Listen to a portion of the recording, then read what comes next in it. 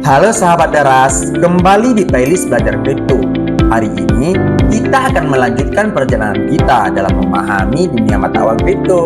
Nah, bagi yang baru bergabung, jangan khawatir, kamu bisa menonton video kami sebelumnya untuk memulai perjalananmu untuk menjadi investor kripto yang sukses.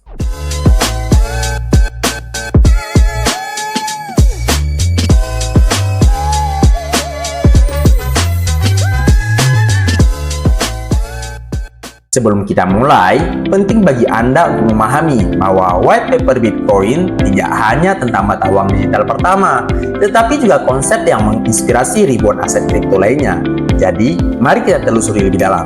Secara singkatnya, white paper Bitcoin adalah sebuah dokumen yang diterbitkan pada tahun 2008 oleh seseorang atau sekelompok orang yang menggunakan nama samaran Satoshi Nakamoto.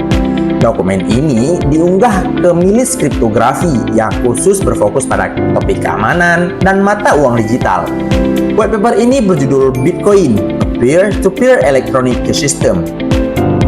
Dokumen tersebut menjadi landasan konseptual dan teknis untuk pengembangan Bitcoin yang kemudian menjadi mata uang kripto pertama yang berhasil. Bahkan nih harganya, 1 Bitcoin sama dengan 1 miliar 100 juta. Gila banget gak sih?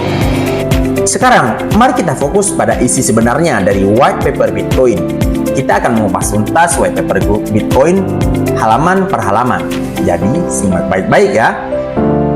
White paper dimulai dengan konteks masalah keuangan saat ini, di mana transaksi keuangan memiliki ketergantungan pada pihak ketiga, seperti bank atau lembaga keuangan lainnya. Dan transaksi tersebut hanya berasaskan kepercayaan pada pihak ketiga tersebut. Nah, Bitcoin hadir nih sebagai solusi yang memungkinkan transaksi elektronik langsung antara dua pihak tanpa memerlukan kepercayaan pada pihak ketiga. Ini menciptakan sistem uang elektronik yang dapat ditransfer dari pihak pertama ke pihak lainnya. Yang penting nih tanpa melalui lembaga keuangan tradisional. Sekarang kita akan membahas mekanismenya. White paper menjelaskan bagaimana Bitcoin bekerja menggunakan teknologi blockchain.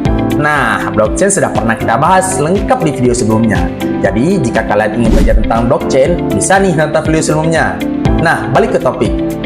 Secara singkat, blockchain adalah ledger buku besar yang bisa mencatat semua transaksi Bitcoin.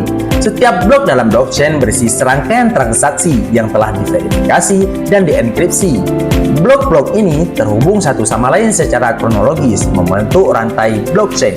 Bitcoin menggunakan algoritma konsensus yang disebut Proof of Work untuk memvalidasi transaksi dan mengamankan jaringannya.